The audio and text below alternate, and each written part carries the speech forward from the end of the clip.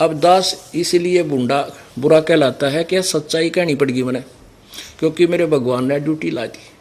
अब किसी ने तो सिर फुड़वाना ही पड़ेगा भाई, इस जनता को जगाने के लिए, इस भोली आत्माओं का कल्याण कराने के लिए। और जब ये जाग जाएंगे फिर आप पर झंडा उठा लेंगे भगवान का। फिर ये आप पर होंगे ऊपर न मुँह करके, जो नकली आचार्य बने बैठे, गुरु बने बैठे हैं, इनकी दुकान बंद हो जाएंगी। ये छुपते फिरेंगे, किताब विदेश में जाकर बसेंगे, ढूंढे भी नहीं पाओगे। अपने अनुयायियों का सामना नहीं कर सकेंगे। एक दिन इतना ज्ञान युक्त कर दूंगा इन प्राणियों को। और ये इनकी रांद कटी, ये गैर संसार जा गया। बात ये डाल रहे, झूठ बोलता है, क्या जाने वो। अब मैं तो नहीं जानता, पर अपने सदग्रंथ तो अपने सामने है, इन्हें तो देख लो। पुण्यात्मा, ये सदग्रंथ जो हैं, ये इस दास के एक शस्त्र हैं, इस अज्ञान रूप अंधकार के साथ संघर्ष करने की। इन सदग्रंथों की दास को आवश्यकता बिल्कुल नहीं थी, क्योंकि जो दास को ज्ञान मिला है वो यथार्थ ज्ञान है, तत्व ज्ञान है। उस ज्ञान में कोई भी त्रुटि नहीं है। उस यथार्थ ज्ञान को, जो कबीर वाणी को, कबीर परमेश्वर द्वारा स्वयं दिए हुए पांचवें ज्ञान को, उस सच्चे ज्ञान को सच्चा ही सिद्ध करने के लिए इन सहयोगी सदग्रंथों का सहारा लेना पड़ता, जिसको आप जी सत्य मानते हैं।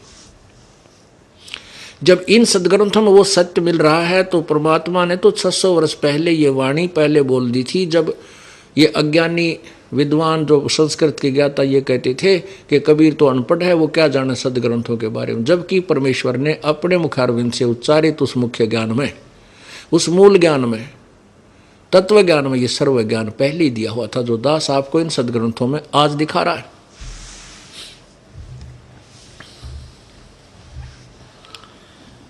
अब मेरे लिए ये इसलिए आवश्यक हो गए, जैसे दास कह दे कहीं खड़ा होकर या सत्संग में भी कि ब्रह्मा विष्णु महेश के माता पिता हैं, नासवान हैं, ये काल के बेटे हैं, तो दुनिया मेरा सिर फोड़ दे कि अच्छा बेवकूफ है, ये ब्रह्मा विष्णु महेश को ऐसे कहता है।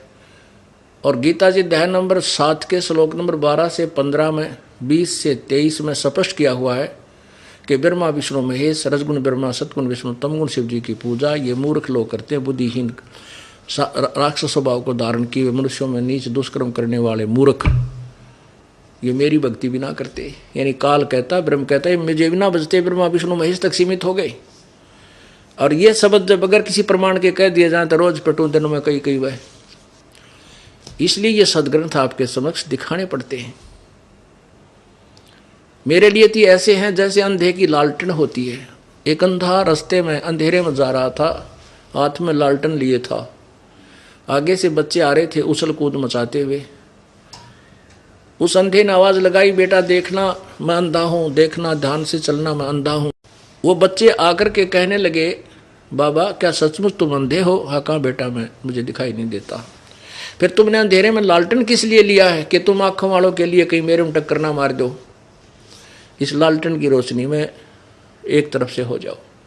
तो पुण्यात्माओं, ये सदग्रंथ दास की लालटेन है, ताकि ब्रह्मा विष्णु महेश के पुजारी मेरा सिर ना फोड़ दे, मेरे गिल ना टकरावें। इन सदग्रंथों की रोशनी तो दूर हो जाते, एकदम देखते ही फिक्के होकर के साइड पकड़ जाते। इसलिए इनका दिखाना मेरे लिए आवश्यक हो गए। ढेर सारे खरीद रखे सारे, मुझे जरूरत नहीं थी इनकी, क्योंकि जो परमात्मा ने ज्ञान दिया वो सत्य है, मैंने इनसे मिला चुका था मैं। अब आपको ये सत्य ज्ञान सत्य सिद्ध करने के लिए रह कर ये सदग्रंथ एक पॉइंट पर दिखाने पड़ रहे। जब तक आप इनको आंखों नहीं देखोगे तब तक आप इस दास की बात पर कोई विश्वास नहीं कर पाओगे। पुण्यात्माओं, प्रथम बार जो प्राणी इस सत्संग को सुनेगा वो ये सोचता है कि ये संत मेंटल दिखा है, ये क्या बेतुकी बातें कर रहा है, हमने कभी ऐसा सुना नहीं। पुण्यात्माओं, जो भी ज्ञान होता है वो सुनने से ही होता है। अपना जन्म पवित्र हिंदू धर्म में हुआ तो हमने हिंदू धर्म की जो लोकवेद था वो सुना, और उसको सुनते सुनते कान थक गए, बहरे हो गए, और हमने ब्रह्मा विष्णु महेश अजरो अमर है, सर्वशक्तिमान है, इनके कोई माता पिता नहीं, इनके ये सभी के ये सृष्टि करता है, हमारे कान पक चुके थे। जबकि इनके इतिहास में ब्रह्मा विष्णु महेश की जीवनी में अर्थात शिव पुराण, विष्णु पुराण, दुर्गा पुराण के अंदर लिखा हुआ कि नासवान है, ये अजर अमर नहीं है, ये सर्वशक्तिमान नहीं है, इनके जन्म मृत्यु होता है, ये स्वयं स्वीकार करते हैं। हमारे जो पूर्व गुरु थे हिंदू धर्म के, वो अज्ञानी थे, घोर अज्ञानी थे। जो टीचर अपने सिलेबस से परिचित नहीं है वो टीचर नहीं, वो दुश्मन है उस विद्यार्थियों का। हमारा सिलेबस 18 पुराण, श्री मद्भगवत गीता और 4 पवित्र वेद, और 5वां वेद से तो आप परिचित नहीं थे, लेकिन हिंदू धर्म के जो शास्त्र माने जाते हैं वैसे तो विश्व के अंदर के सभी प्राणियों के लिए ही ये सदग्रंथ है, क्योंकि पवित्र 4 वेद, पवित्र श्रीमद् भगवत गीता, पवित्र 18 पुराण उस समय रचे गए थे, उस समय लिखे गए थे जब ना कोई धर्म था, ना हिंदू था, ना मुसलमान, सिख, ना ईसाई। फिर भी वर्तमान में ये शास्त्र हिंदुओं के नाम किए हुए हैं। फिर भी हम मानते हैं चलो हिंदुओं के नाम जो शास्त्र हैं, हिंदुओं के गुरु परिचित नहीं थे इनमें क्या लिखा है, तो टीचर ठीक नहीं थे, उन्होंने हमें मिसगाइड कर दिया। इसी कारण से पवित्र हिंदू धर्म के अंदर इतने विकार पैदा हो गए, क्योंकि जो लाभ हम भगवान से लेने के लिए चले थे वो नहीं मिले, क्योंकि ब्रह्मा विष्णु महेश केवल वर्क डन दे सकते हैं, किया हुआ कर्म ही दे सकते हैं जो आपका पूर्व जन्म का है। इसमें कोई परिवर्तन ब्रह्मा विष्णु महेश नहीं कर सकते। एक उदाहरण देता है दास कि जैसे एक भक्त ने प्रश्न किया कि क्यों नहीं कर सकते, जैसे ताम्रध्वज को, मोरध्वज के पुत्र ताम्रध्वज को भगवान श्री कृष्ण ने आरे से कटवा करके मृत्यु को प्राप्त होने के बाद जीवित कर दिया था, ये क्यों नहीं कर सकते? बहुत कुछ कर सकते। दास ने कहा सुनो, वही श्री कृष्ण जी जब उनके सगे भांजे अभिमन्यु की मृत्यु हो गई थी चक्रव्यूह में, भगवान श्री कृष्ण उसको जीवित नहीं कर सके। सुभद्रा रो रही थी, उनकी सगी बहन, श्री कृष्ण रो रहा था, 5 पांडव टक्कर मार रहे थे क्योंकि उनका कुल विनाश हो रहा। वो क्यों ना जीवित किया श्री कृष्ण भगवान ने, विष्णु जी ने? भक्त मौन हो जाता है, कहता आप ही बताइए। हाँ हम बताएंगे, क्योंकि ताम्रध्वज के श्वास शेष थे, उसका जीवन शेष था, तो बीच में जाके उसने लीला की। तीन भगवानों में इतनी पावर है कि इस मिट्टी को जोड़ तोड़कर उस वैसा ही बना सकते हैं, लेकिन ये आयु नहीं बढ़ा सकते, ना ही कम कर सकते। अभिमन्यु की आयु शेष नहीं थी, उसका प्रारब्ध इतना ही था मनुष्य का, इसलिए श्री कृष्ण उर्फ विष्णु जी उनको जीवित नहीं कर सके। मासा घटे ना तिल बधे, विद ना लिखे जो लेख, सच्चा सतगुरु मेट कर ऊपर मार देख। इसमें परिवर्तन केवल पूर्ण परमात्मा ही कर सकता है, वो कबीर भगवान है, कबीर प्रभु। अब हम अपने उसी प्रश्न पर आते हैं कि जैसे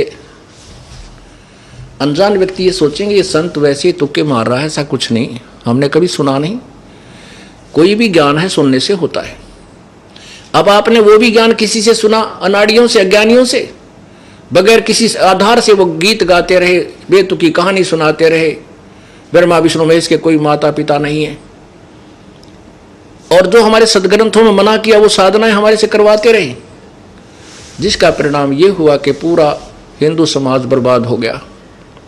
जो लाभ हम भगवान से लेने के लिए निकलते हैं, राजा भी जब थक जाता है तो भी परमात्मा की आस तकता हो, क्योंकि वो एक ऐसी परम शक्ति है जो जीव को एक्स्ट्रा ऑर्डिनरी लाभ दे सकता है। लेकिन वो परमात्मा कौन है, वो एक्स्ट्रा ऑर्डिनरी लाभ देता कैसे है, इसकी विधि का किसी को ज्ञान नहीं था। केवल एक परमात्मा कबीर जी के अतिरिक्त या उससे संपर्क में आए हुए 5-6 वो संत, उनके अतिरिक्त किसी को ज्ञान नहीं था। उन संतों की किसी ने सुनी नहीं, परमेश्वर की किसी ने सुनी नहीं, क्योंकि उस अज्ञान के अंदर इतने रंग चुके थे कि हम सुनना भी पसंद नहीं करते थे ब्रह्मा विष्णु महेश के विरुद्ध कोई भी बात। लेकिन वो विरुद्ध नहीं थी, वो सत्य थी। वही दास बता रहा है जो परमेश्वर ने 600 वर्ष पहले बताने की चेष्टा की थी, जो समाज ने स्वीकार नहीं किया, क्योंकि उस समय हमारा समाज मानव समाज है, शिक्षित था, और अब सब बच्चे शिक्षित है, बहन बेटी भाई बुजुर्ग छोटे बच्चे भी शिक्षित हैं, सदग्रंथ अपने पास हैं, आंखों देखकर हम स्वीकार कर रहे हैं। अब ये समय परमात्मा ने पहले सिलेक्ट किया था कि इस बिचली पीढ़ी जब आएगी, जब देखूंगा इन्हें। जब पहले आए थे परमात्मा, वो पहली पीढ़ी थी, आज से 600 वर्ष पहले सब अशिक्षित थे, शिक्षा नहीं थी हिंदुस्तान में।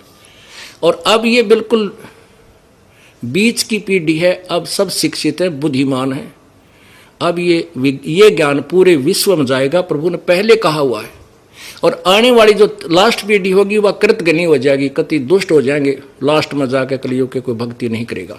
तो इस पिछली पीढ़ी में जिनका मनुष्य जीवन है और ये दास का ज्ञान आपके पास है, धन्य आपके माता पिता ने जिससे तुमने जन्म हुआ।